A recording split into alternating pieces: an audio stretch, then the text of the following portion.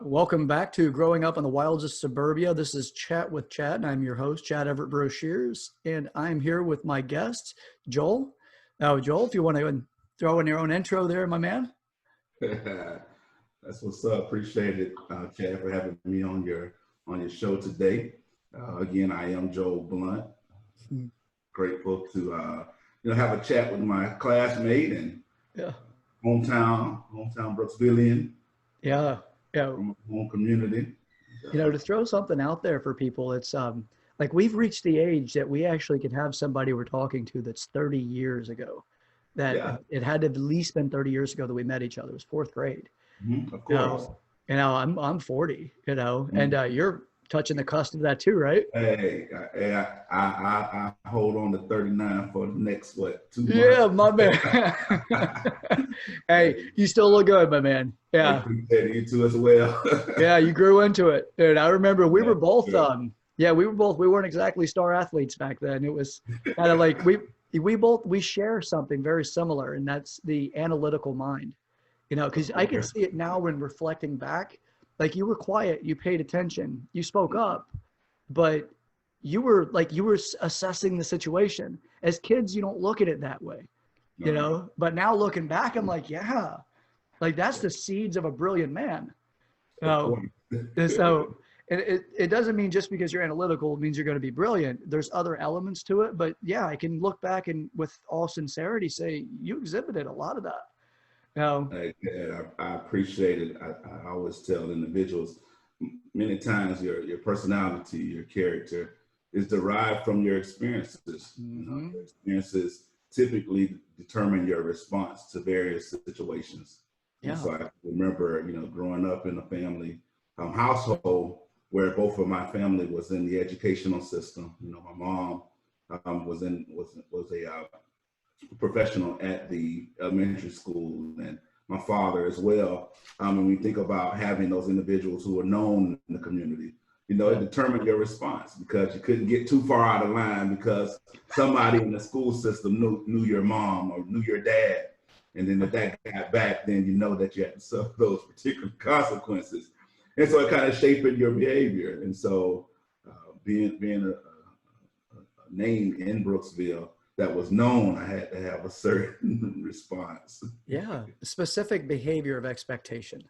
Of course. And that's an interesting insight too that I really haven't put as much thought in. Because like my family is a first generation family in Brooksville for Brochures. Mm-hmm. So we didn't really have like an inheritance factor our family's previous family creates a perspective of an example. Mm-hmm. As well as an expectation. Like you said, like you had a specific, like you had your direct parents and you had a social expectation that reared you, mm-hmm. which is like responsibility onto responsibility. Mm-hmm. And that's something that I've talked about it and thought about it in different ways, but not directly with somebody that I grew up with. Right. So yeah, thanks for sharing that part of it. And by all means, explore as far as you want, because I think that the experiential development that we go through, because as we'll make up our mind about what every experience means. And it doesn't always mean that it's actually what other people observed. Mm-hmm. So, and how you can manage yourself whenever mm-hmm. things happen. And there's a unique thing that I'll get to in a bit, that is how do you go back and actually change an experience that you had? Wow. And that's a fascinating thing that I love doing with myself. Right. And so that I can overcome what I would ever have experienced as being a slight, or some sort of aggression that was put towards me. I can say, it may have still been an aggression, but I actually can go back and say, well, that person was probably going through something now that I can recognize in hindsight, but at the time I could not recognize because of my own emotions, but I don't want to digress too far in that direction yet, as much as it is I love having not just a nostalgic conversation, but it's like, there's the nostalgia of me knowing you. Right. And then there's the you that actually experienced not just me, but everything in our youth when we grew up. Mm-hmm. So, and it's like, we all can just say, Joel Blount is this guy. Mm-hmm. Right. But who is he, right? You know, Mhm. and that can be Mhm. defined by how you've experienced life and how you choose to express those experiences.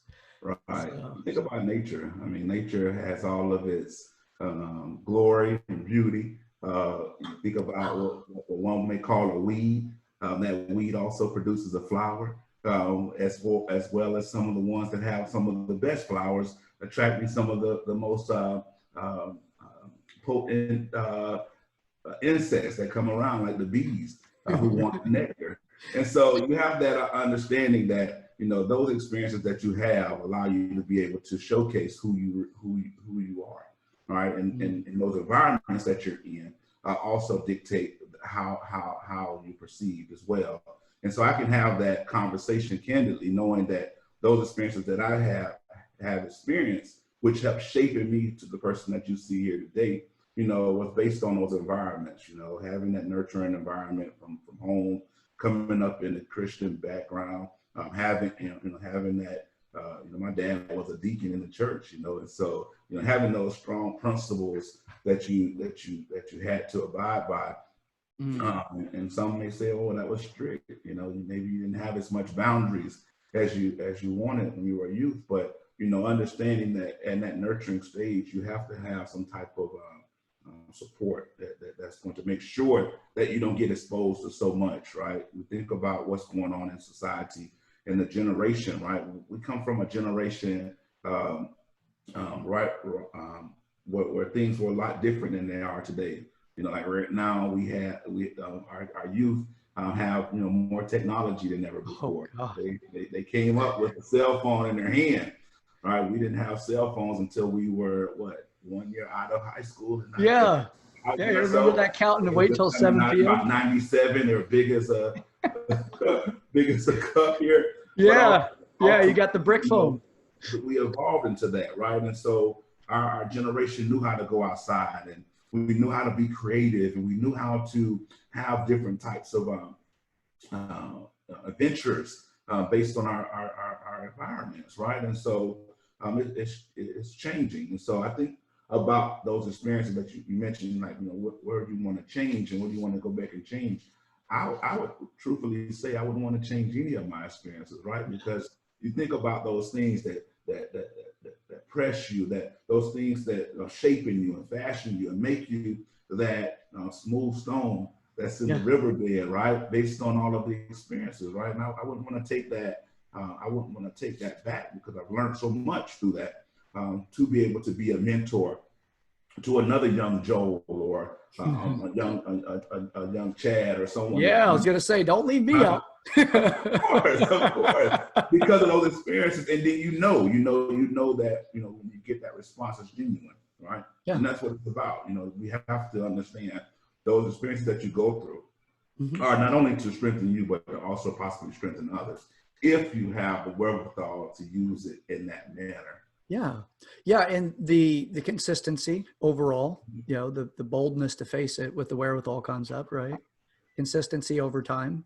But to kind of revisit like the changing of an experience isn't necessarily, it's more of the emotional baggage. Right. You know, like we can have anger or upset live past its shelf life. Right. And it's really turned us into a bitter person. And it could be because, you know, like you can have one day, let's say just 1 week. And on Monday you wake up and you're like, you know what, today's going to be my day. And you meet your first disappointment. And that Mm-hmm. disappointment kind of like gives you a little derailing, but you're like, you know what, I'm going to overcome it. Later in Right. the day, you get another disappointment. And this one may be bigger or smaller, but they're starting to accumulate. And then you're Mm-hmm. like, oh, you know, I wonder what it is. And introspection is a normal behavior for us. So that Right. it's like, well, what am I doing wrong? And then you're like, well, hell, I'm not doing anything wrong. And then you get another slight on, let's say, Tuesday. Right. Mm-hmm. And then before you know it, that week has changed and your Mm-hmm. mental framing has gotten to the emotional state of being frustrated and Right. upset. And then it could be, well, if it's not me, then it's not the universe doing it. It's not likely God doing it. It Mm-hmm. could be these people doing it, and specifically picking a certain person and then Right. locking that person into your experience emotionally that Mm-hmm. they're just not a good person. Mm-hmm. And, you know, revisiting it, it's a good possibility that individual was either at a younger stage of their development, more immature and Mm-hmm. connecting with others, but possibly more mature in accomplishing accumulation of things like money or, other people's, clout as we Right. go through it. Before you know it, you've got this long-term, anchor. So Right. that's more what I mean by, and not necessarily the event, because I love everything about who I am. Right. I do what I can to embrace all of the emotional journey I've been on, but I've also realized where I've created barriers to never reapproach somebody in Right. specific over something I consider to be a slight, like an ex-girlfriend that cheated on me, that kind of thing. And I'm not going to invite her back into my life in a place that's as vulnerable as it was when I was with her, but I could at least give her the, in religion, we would call it forgiveness, right? Right. Mm-hmm. But that Mm-hmm. forgiveness is, there's, it's an interesting thing about forgiveness is when you forgive or when you ask to be forgiven, like you produce an apology, it's Right. usually the apology is also carrying its debt and you're asking for the debt to be washed out. Mm-hmm. But the same concept as forgiveness is like, I'm going to Mm-hmm. forgive your debt, which whatever that debt is, to me, I love that aspect of linguistics. So I don't mean to, over. You're very much on point, right? It's one of the most humbling experiences to ask for forgiveness. Oftentimes we put up walls because we're human, Yeah. right? And when things hurt, we have a natural reaction to want to block it, right? Yeah. Because we don't want that hurt ever again. No. And so understanding that, various experiences that we have that have hurt us, right? Those particular instances, we have to try to heal, right? And oftentimes people put a cocoon around it, but never heal. And it's when that person comes around and say, I apologize to you for hurting you. And then you are able to accept it. Sometimes people aren't even able to accept it because of the response that they receive, right? If someone has an attitude and they say, they see your immediate reaction, oh, I'm sorry. But then they go and continue the same behavior. Then you're like, I don't feel genuine that meaning that you apologize to me. Or you have somebody that just genuinely says, they apologize. And then from there, the actions change. And then now you see the change that comes about, and that's where the healing can begin. And so when we think about the reaction and the response, it has to be mutual. It has to be mutually understood. And it has to be both coming from a place of genuineness in order to produce the outcome that will be accepted amongst the two individuals. Yeah, I agree. It's a lot of it is like loaning money to somebody. Right. Right. Like I loan somebody money and they're like, hey man, I'm going to pay you back. And then you end up with Tuesday comes along, they told you on Saturday, they're going to pay you back. They don't. And then they come back around asking for money again. You're going to be like, I can't loan you more money in good conscience. It's right. the same thing in the emotional aspect. It's like, please forgive me. And then your empathy by wanting forgiveness yourself or whatever you might have done to somebody may pull at you and say, I forgive you. But then if the person does it again, it's like, it's no longer that you put it on them as much as the introspection of, I really may have prematurely forgiven you. And it's like almost like a little bit of spite towards yourself if you can't walk away from it unscathed. But then it seems like it conjoins with other people that share similar behaviors. And before you know it, I was 3 years old when this happened, and now I'm 40, and that whole family's rotten. I think the empathy aspect is a key to that equation. Empathizing on how that would make someone else feel. Right. And typically when you hear that, you'll know, when somebody knows like, hey, I really understand that this hurt you. My actions, my words, whether it's to a spouse or whether it's based on things that were long held overdue for an apology. That empathy that comes in and says, you know what, I know how this made you feel, right? I know how my words, my actions made you feel. And I genuinely apologize for that because I was in a bad state of mind in that particular moment, or I was feeling some type of way based on your response to me. But I'll take the high road and I'll apologize because I want to make sure that, whether it's our friendship or our relationship, I want us to have a healthy exchange. Yeah. I know that, even in your profession, health and wellness, oftentimes, you think about even having those behaviors of having a cheat meal or having, compounding on that cheat meal. After so long, you start seeing the negative effects, and then again, putting on the, working out every day, then it kind of removes that. And so as you begin to build on those particular things that you said in that exchange, things that you say you'll be willing to change, things that you say that you'll be willing to fix, or things that you acknowledge that you've done it wrong and now you're doing differently, that's where the healing begins. So yeah, there's also, we seem to have a habit of getting into a particular behavior, even if it's a destructive behavior, like you're saying, like the cheat meal, and it's accommodating or comforting. Right. Where it could be the emotional piece where we like to have disruptive relationships. Right. Like how many people get into a relationship where they're fighting all the time, and it seems like every relationship there's the honeymoon phase and then the fights. And everyone's like, oh, they're just passionate, sometimes a description. And it could be very well that they just have a strong skill set in controlling chaos. Where you and I may want more of a relationship that it is, we like predictability, and we like stability and the freedom to explore and develop, but yet under certain criteria that makes us feel like our partner is in exchange caring for who we are. Now that's a relationship concept in the sense of the intimate relationships, but there's also economic skill sets that people get into that may not necessarily have a whole lot of a demand in the economy, but yet they spend their time, even if it's subconsciously, kind of developing or trying to develop a niche in the economy that makes it worthy of their time or fruitful. Not to make it too much of a transition into the professionalisms, but that's free range conversation. We can go wherever we want, right? But I do really value and appreciate the ability that you have. Like, you have a great position to pivot from. Like, it's you seem dynamic, it's significantly dynamic in communication and thought processes that don't pigeonhole you into one particular element, which is one of the reasons why I encourage that you and I had this conversation. Right. And again, it's those learned behaviors and skill development. And I think that that's going to be important, even in those situations where individuals face those particular challenges. You think about battered women, the battered women syndrome. And I'm no expert on battered women going through those particular experiences, but I do understand. You hear about these women who may have went into a abusive relationship and they stay, and you say, well, why in the world would you stay in a relationship where you're being abused? And then you think about what experiences they may have had even when their childhood, and watching their parents be able to go through that, and that's the norm, right? But somebody who's looking in and say, that's not normal, that's not normal to have that. And then it's like, how much can that person bear, right? We don't know. Right, but we continue to educate, we continue to model, right? We model the behaviors, right? That's why it's always important to have those mentors and have those positive examples, right?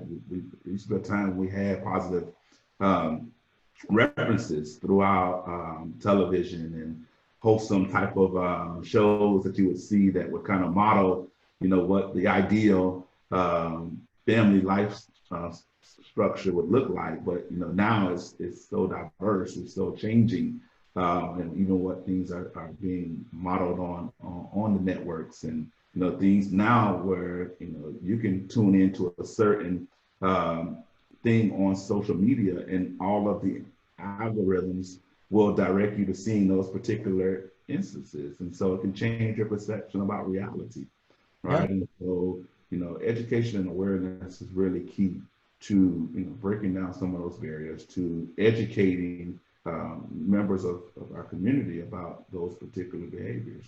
I agree completely. And our technology has outpaced our ability to mature, and which it commonly does because we mature based off of stimulus, right? Right. But we also have a delayed timeline because we integrate so much into a new stimulus that we're trying to understand the total of whatever that thing is that's stimulating us. And but because it takes time for us to adapt to whatever that new element is, like cell phone versus home, right? Like, it gave you a different level of opportunity and freedom. Right. But also back then, this is predating our age, right? Like, we didn't go to the bars back then to go meet people, right? But in the 90s, and as we were getting out of high school, maturing out of our teens and into our 20s, could have gone to the bar, but we also started to be influenced with social media type dating systems, Right. and dating apps and things. And it's Right. like, no longer did you have to actually get a full persona observation. It's the, I want you to know this about me, Joel. Right. And I love kittens. And I've, as far as you know, I've never been in a fight, and like all the rest of us. Of course. And we're influenced about likes and impression, but in a sense, not as much as this generation is, right? Because we were able to see both halves, right? Right. So I can come into this world of social media and put a certain barrier or certain thing that I want people to see, right? And then behind the scenes, I can have another type of thing going. And that's something that you're seeing in society, right? Everybody wants to have the best outer exterior, right? And mask what's going on in the inside, right? You asked the question earlier, about, even just putting out, who you are, it's like I'm an open book, right? And it's like how I act on social media is how you would see me if you met me face to face. That's how I perceive the social media, because I'm like, why would I want to be anything different, right? Why would I want to be anything other than my genuine self, right? And understanding how even, just say, for example, jobs and companies who recruit people for their companies, they look at your social media, right? A lot of the younger generation, they'll have my baby, such and such as their email address or their name, and they'll have every negative fight post on their site, or just that wild night that they may have had at the bar on there, and understanding that people are looking at that, right? And they'll make judgmental calls on about you based on those particular things. And so I said, I can't let that be me. I have to be my genuine self, right? There is a level of privacy, right? So you do have the ability to have select friends, right? And I'm so happy that everyone that I've selected, I hope are friends and understand who I am. I do know that, this is something that has evolved, right? And so you meet new people and you add new people in your circle grows, but ultimately they should see your genuine self. And that's what I believe, in regard. Yeah. And I praise you for that. Because our current system, it's, you remember back in the day, remember what you called somebody who pretended too much? Oh, you remember that? Let me think. You pretend too much. Yeah. You tried to hang out with people you didn't fit in with. You just. Oh, you were a poser. You were a poser. Right. You were a poser or something. We called you a poser. Now we've glorified those, right? And it's I get it. Like how many of us grew up saying like fake it till you make it, just pretend until it's convincing, and you get like a common reference that I use, but I'm not like, particularly damning a one particular site, right? Right. You get like the Instagram models, and it's like, they put out the world of all of the stuff that they want people to think. The good thing about it is, if we look at what it can do as far as a writing element for our maturity as a society, is it can create an insight and a direct experiential insight. Oh, did I lose you?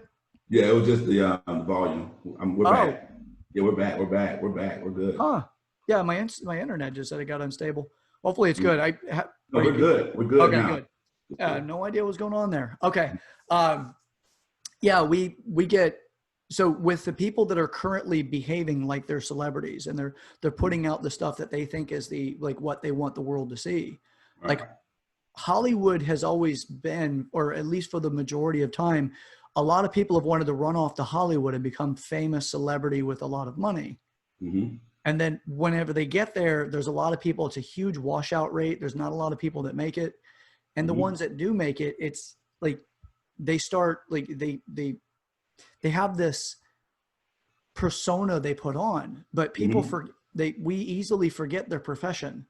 Right. Their profession is to convince you they feel some way, and they do it in front of you in the camera, trust whatever the narrative is or the screenwrite is that they're Mm-hmm. trying to get you to believe, right? Because Mm-hmm. it's a next level play. Right. And but the conditioned overall continuous conditioning of their profession also teaches them how to mislead people in a very convincing way. So, and then we get, oh, did you lose me again?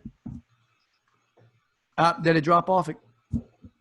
Oh, I'm not sure why it's doing this. Hey, can you hear me now?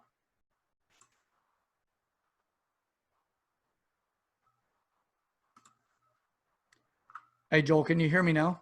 No.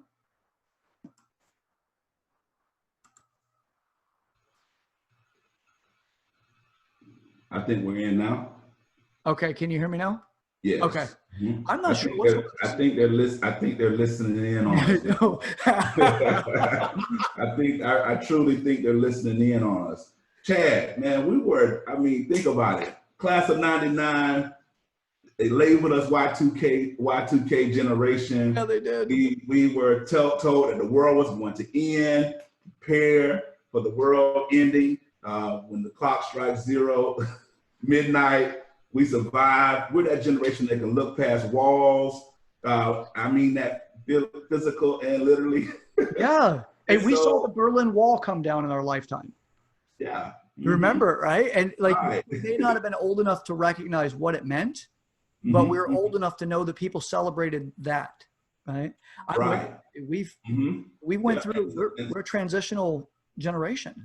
Correct. And so one of the things for me, man, I went back to school later in life, man. I'm not sure if you heard my story, but 8 years after graduation, I decided to go back to school, man. And that 8 years was a great experience for me in regarding just learning who I am, developing myself as a man, as a community member, just learning about those ups and downs. I talked to you earlier about how it was coming up in a sheltered type of supportive lifestyle, and having that sense, in my culture, we say coming off the porch, right? Coming off the porch means that, now you can go out and you can, learn about who this is, and, thinking about what your parents say, don't hang out with these folks, don't hang out with these folks. You say, well, that's my family, I hang out with them. It's like, they're just trying to help you to see, hey, these environments you don't want to be in, but, being a knucklehead that you are, you got to go out and see for yourself. And there's nothing wrong with that, right? We're human beings,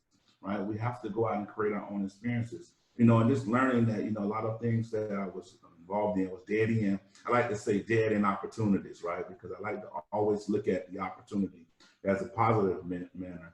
And so, coming back to school, really learning about who I am, finding those proper support groups, allowed me to be able to, one, graduate from Pasco Hernando, at that time, community college, now a state college, joined in various organizations, Student Government Association. I think you were in Student Government Association back in school, just learning about who I was as a leader, and then being able to put myself to the side for the greater good of others, allowed me to have the confidence to transition even to Tallahassee, where I graduated from Florida A&M University, and able to give back now in my current role as a academic program coordinator for the School of the Environment at Florida A&M University, and just being able to spark those young minds, right? Because you think about it, they are unique in their own right. They are very creative in their own right. I can't knock them for having a computer in their hands all their life.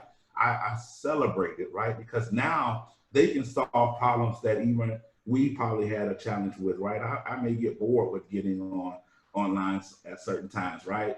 Yes, I played my Nintendo and with my friends for 5 or 6 hours, and got the thumbs all colored up. But however, I got tired of that after a while. Where this now they say I can play for 10 hours, right? And the pictures are more realistic, and they're able to do different things than we can do. And so I have to celebrate that, and I have to encourage that, because I understand what they're going through, right? And they're going to be the change that we need for society. They're going to solve some of the complex problems, and I have to be able to spark that mind, right? And I have to be in position to do so. And so looking at my experiences and how it relates to someone else is the empathy that I feel that drive my motivation to help society change, right?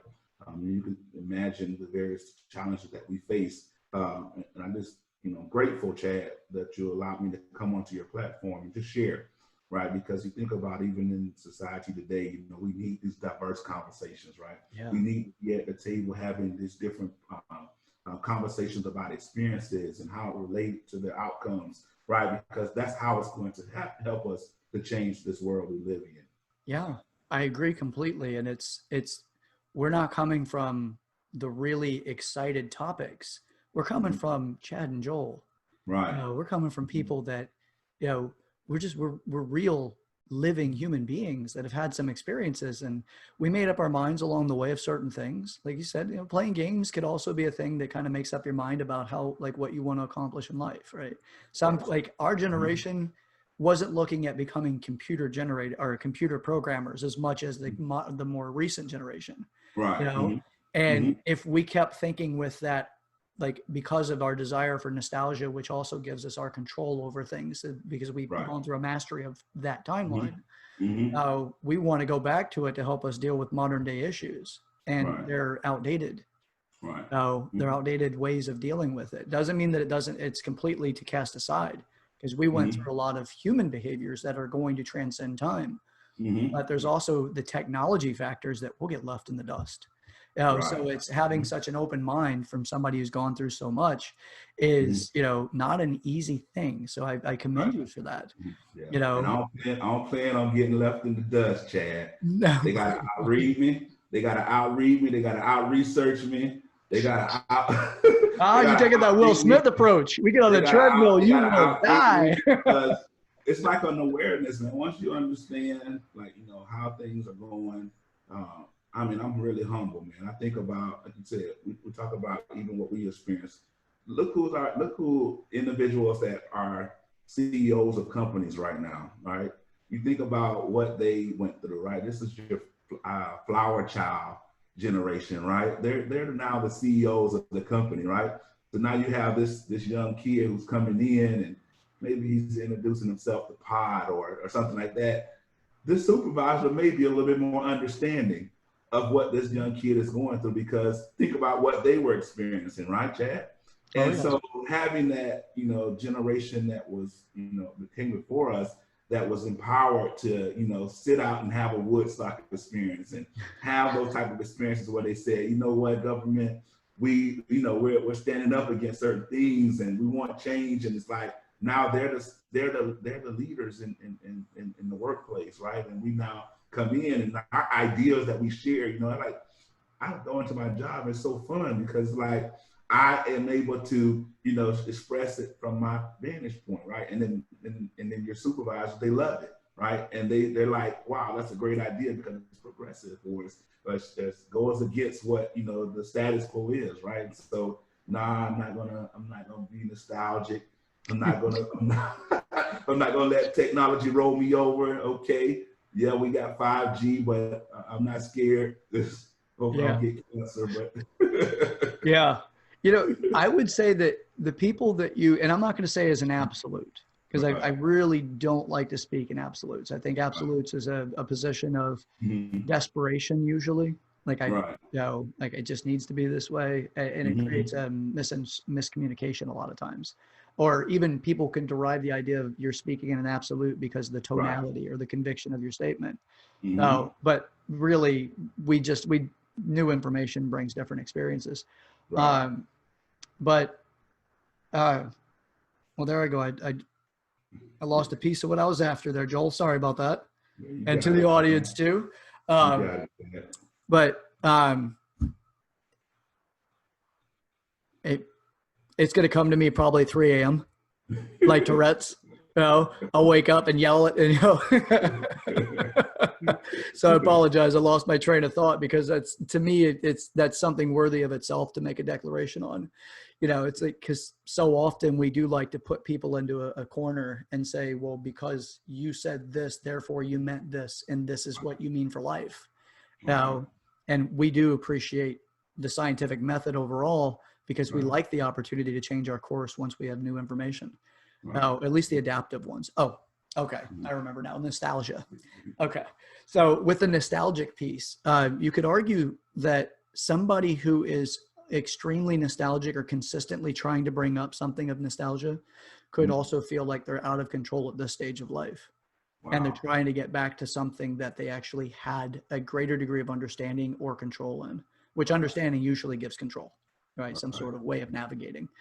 And with a lot of people that complain about the chaos that they see in front of them, and you and I may not see it as chaos, Right. because chaos is it's usually order ununderstood or without understanding. Fiction Uh, of the mind. yeah. Mhm. So they may not have that level of awareness, and we can help at least. If it's not, is I'm not a big fan of telling people how to think at Right. all. I'm not that Mhm. person, and I never have really wanted to Mhm. be that guy. I'm more of the, this is a perspective that I have, and it might encourage somebody else to see it my way, but not Mhm. necessarily as if my way is the right way. It's just Right. the right way for me at this time being, because it's how I survived understanding the Mhm. situation.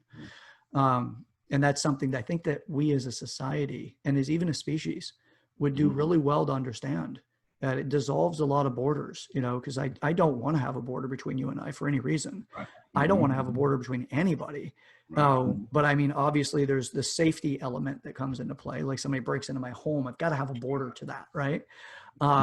But as far as our communication discourse, hell, you mentioned in the text message that if you're not out fishing or barbecuing, then you're good to go. And I'm like, oh man, what a good dude. Immediately, I'm like, that is wholesome. That's something that, like, it strikes me with this, like, you can't not have a good time around this man. Yeah, yeah. I say I'm really evolving even now, man. This shutdown, these last 3 to 4 months, man, has really changed my thought process of, what's important, what's important in life, right? And just, finding ways in which I can improve every day, whether my Yeah. thinking, my thoughts, my expressions, my knowledge. That's really what it's about. Mm-hmm. That's how we keep from being nostalgic. And that's how we find ways to put ourselves in position to be change agents. And that's what it's about. We should be looking to better our environments and the people around us in any aspect that we can, right? And we're powerful beyond measures Yeah. by doing so, right? Because the universe can appreciate our efforts, right? And typically when you do that, things change, right? Perceptions change, thoughts change. Individuals who may have had various thoughts about different things may say, you know what, I may need to look at this a little bit different, right? What are we fighting about? What are we arguing about? Right? It's not that bad, right? Yeah. Situations that we face, sometimes we just take 2 steps back, right, and look at the bigger picture. You find out you're in better shape than you thought you really were. Yeah. Right? But we have to be able to pull back from it and be able to look at it in its totality, like you mentioned. Right? We're living in a canceled society, right? Where individuals may say something, they say, you're canceled, right? Yeah. Like, what is really canceled to somebody who has influence, right? What is really canceled with somebody who has a voice, right? Because that voice will still cry out, and those words will still be heard to those ones who are supposed to hear it. And so we must be able to have understanding to say, why did you say that, right? Why do you feel that certain way, right? Why do you have that perspective, right? And understand, right? It's not the end of the world that the person said this, but let's see why you feel this way. Can I get an understanding about it, right? And we see that even in certain situations that are publicized, how that may affect, sponsorships, or how does it may affect outcomes and cries from the community, right? You think about what we see in chat boxes and conversations under posts that you just like, wow, is this reality?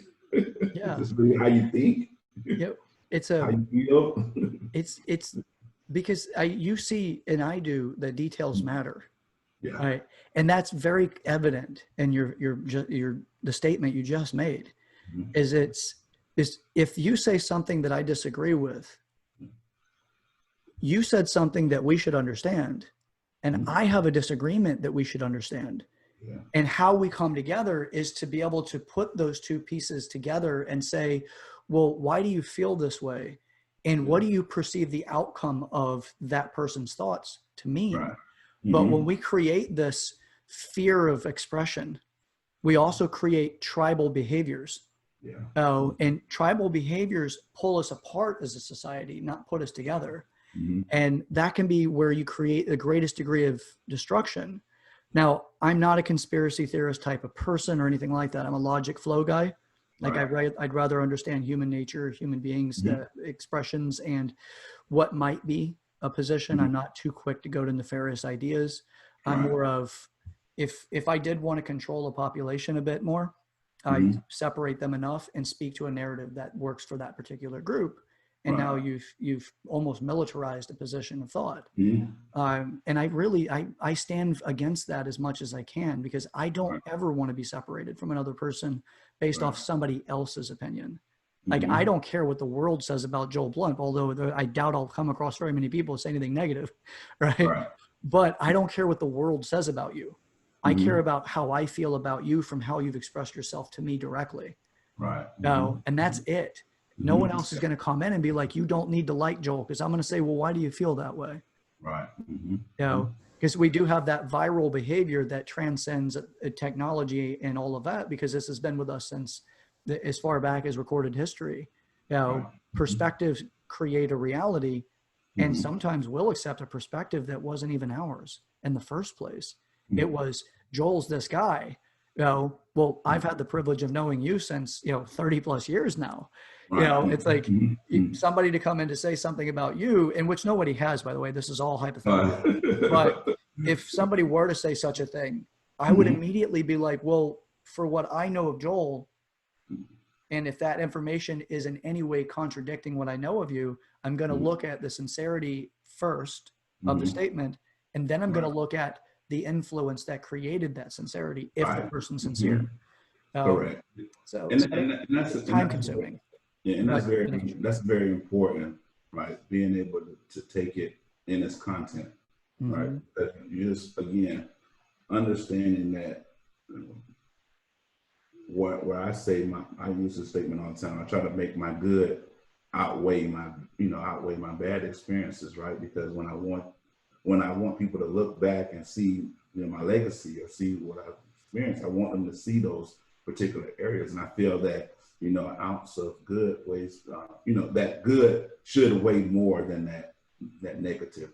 But in the proper content is how far behind you put it, right? How far behind you put that, right? If you had all this good stacked up, but then this one instance you had a bad experience, it could negate all of that good that you've done, right? And so I try to put that as far behind me as possible and have enough good to be able to sustain that, all right? And I Yeah, think that right now with the society that we live in, we must be able to look at the totality of it, right, and understand that, hey, we are human beings, environments do affect our response and behavior, but we then also must understand the true character of a being's heart, and that's important. I agree. Absolutely. Oh, something that just came to mind too that I'd like to share is just an insight, and it's really, Mhm. if you have something on it, fantastic, and if not, it's just something to look at. Think about, like you said, somebody who's done a whole lot of good, and then there's one thing that they may have done, like you mentioned it, that they may have seen something or had something bad happen to them. But what about for the people that did something that was conceived to be bad, with a world of good behind them? How quick do we as a society like to turn on that person because of that one infraction, without even hearing them out, even if they've done an entire life worth of good?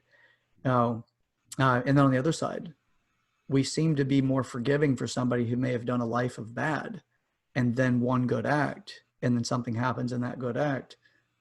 Then they look at it and think, well, they were turning around, they were being good people. Right. It's like the idea of Christ, right? In the sense Right. of, Mhm. the forgiving, and, being a Christian, Right. it's, you can have all your sins forgiven.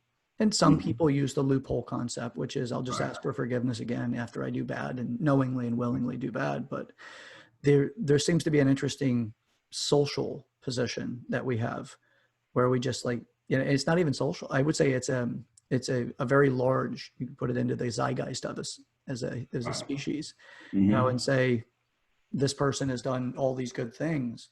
In neuroscience, if somebody has a specific brain trauma, it can Mhm. change their behavior in a way that they may have been good. There's a famous one that I forgot his name now, but he worked on the railroad. And he had a detonator go off. And he'd been known for being such a wonderful, fair, good person, good to everybody. And he was, I believe he was in a management type of position. And he had a detonator go off when they drilled into some rock. And he put the dynamite in, and the detonator blew and sent the rod straight through his prefrontal cortex. Oh, wow. And it changed his behavior. Yeah, he survived it, but afterwards, like the rest of his life was tarnished because his reasoning capacity changed. His behavioral, there was behavioral things that changed with his reasoning capacity. And he started to become, sexist, and had some racial issues, and he had a lot of different challenges that came up after the fact. And people wanted to write his life off as if he was a bad person. But inside of psychology, we're studying that it's actually an interesting moment. The moment that detonator went off, his life changed. But people tried to change his legacy. And the reality is, legacy is what it is. It was up to that point, he was this. And then after that point, he was that. So I'm going to have to actually research the name of the individual. For other people watching this can look it up. This is fascinating.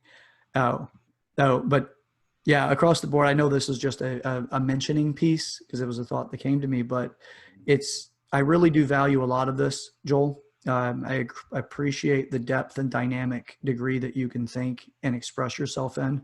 You articulate yourself well. You're in a position of responsibility, and I am grateful that you're there because you're in that level state where you are trying to look for the better of everything for everyone. I really do appreciate that about you, my man. Man, thank you, Chad, man. Thank you so much for giving me an opportunity to come on. Just have a conversation, candid conversation, right? And we can grow and evolve as a society just by having these type of conversations, right? Inviting folks over, for dinner, right? Yeah. If we were up here, man, we would be over on the grill right now, man. Oh my God! Now, yes, and we should make that happen at some point in time, right? Throw some ribs and fish on the grill, my man. You add the two of those and a cold beer. Forward to it, and that's just what it's about, and I think that we all have a part to play, right? We all should be socially responsible for our actions, for responses, and just how we impact the community, and it should be in a positive manner. Yeah. Right? And we should be teaching others the same way, right? Because we don't want another generation to come up that's having the same challenges and the same struggles that we're having years and years later, right? We should see some evolution with that. And I think that we are the people to help bring about that change. So, I 100% agree with you. And that is taking full responsibility, not just for yourself, but for the future. Right. And I'd like to look at it this way, and we'll close up to honor your time for today, and so we can get to our weekend, right? But something that I want to put out there too, at least in the closing conversation argument, right? It's none of that has been present at all for us. But for the closing statements is, I like to look at it that I develop. Okay, good. I thought for a second we lost the audio there. I develop in myself what I wish to see other people mirror. Right. So if I want to be selfish, then I have to at least be selfish enough to realize that I would be training somebody else around me to be selfish, and that will come back at me. Like Gandhi said, be the change you want to see in the world. Yes. When we keep it in that cliche, though, we lose that dynamic element of how we make it real in our life. Right. And that's how I make it real in my life is I would rather behave in such a way towards you that you would want to behave in such a way back to me that I would feel accommodated and comfortable and able to express myself. Right. Because I want that of you. So it can be argued to be said that it's a selfish position. But in its reality, like I won't know me unless you're willing to share who you think I am. Right. Otherwise, I only know me for whatever's inside of the capsule. What you from the outside. Yeah. But yeah, do you have anything else in closing? I don't mean to have this to be kind of like an abrupt stop, but this is perfect, man. When you think about responses, I think about two of my favorite quotes. One by Charles Swindoll that talks about attitude, meaning it's 90%, 90%, and then your response is 10% of how it comes out, right? And understanding that, you know, however you perceive the response, it's your attitude that makes the difference, right, to that response, right? You can take it and bring out anger. You can take it and bring out frustration, but you can also take it as an opportunity to understand, say, hey, man, you know, I understand why you come at me like that, but, you know, this is how I feel, right? And then my next one would be, I'm in a world where most people are just trying to get by. Many people are only doing what's expected. How do you stand out, right? You have to do a little bit more than what's expected, right? And we're all called to do a little bit more than what's expected, right? That means that, you know, go the extra mile, right? That pay it forward mentality, that pay it forward spirit that says, you know what, it's bigger than me, right? It's bigger than my situation. It's bigger than my surroundings. A couple of things going on right now. As you know, I'm in the education environment, but also I'm an entrepreneur spirit as well, right? We're in the USA, we're capitalists. So I find myself, you know, entrepreneur. You know, I own my own barbecue company called Serve It Up Barbecue. That is a plug. Visit me on IG. Yes. Serve It Up BBQ. Hey, do you have a link or anything like that? I'll put anything you want on our posting on YouTube. Also, you better believe I'm supporting you. At Serve It Up BBQ, and the Tallahassee Midway area. And so some of the things that we're doing right now, man, we go out, we serve at the Talent Shooting Range, and helping out with the outdoorsmen. And then whatever we don't sell, we try to make sure that we are packaging it up in a manner that we can present it to individuals who may be homeless or unfortunate in our community, right? And so made a conscious effort, me and my team, to make sure that we are, you know, not only serving the community who has, but making sure that we look out for those individuals who do not have. And that's doing a little bit more than what's expected. And I think if everybody kind of picks up on that type of mentality or mantra in their life, the world will be a better place. So thank you so much again, Chad, for having me, man. I appreciate your show, appreciate your platform. You know, I wish you much success, man, as you grow it, man. Who knows what we'll see this next at, man. Yeah. Hey, the same. I'm glad to see you're up to something, you know, that goes outside of the parameters of your normal occupation or your job. And we're both entrepreneurs, and we both want to see the world be something that we could all get along in. And I appreciate you for that. And like I said, I'm going to put the link in the comment section so people can click on it, get to you. I would say that it may be a for-profit business you have, but you've got some charity elements to it that I think could be supported on both platforms. So, and yeah, you better believe I'm going to support it, man. That's that hits me hard. I mean, that hits me in a good spot, and it does evoke some emotion with me, as I myself am working on one that it's not necessarily ready to fully put out there yet, but believe that it's, I assure you that it is something that is going to be very close in alignment with yours.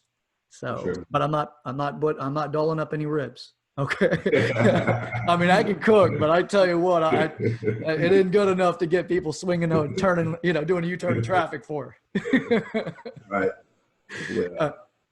Well, all right. With that, Joel, I'll invite you back on later as well. Like, especially when you get, you know, any other topics that come up that we both want to talk about, you know, because this is definitely not a one-time thing, you know, and if it does come up or, you know, we get enough public requests for more, I imagine they'll want to know more about you and possibly, you know, jump over and start following you often. And they'd be wise to do so. So I appreciate everything that you're doing, everything. And for you to take the time today for us in the show, and keep doing what you're doing, man. I'm following you. I'm a supporter, you know, and I want to see nothing but the greatest success for you, and only the challenges that you need to make the next success. So with that, again, this is my special guest today. It's Joel Blount. Now follow him. I'll get all the links and everything in the comments. I'll share that with you too, so that we got that down. All right, Joel. Again, this is Chad Everett Brochures, and this is Chat with Chad and Joel, brought to you by Growing Up in the Wilds of Suburbia. Thank you very much for your time. And again, look to the links. You'll find Joel there. All right. So much. Hey, same here.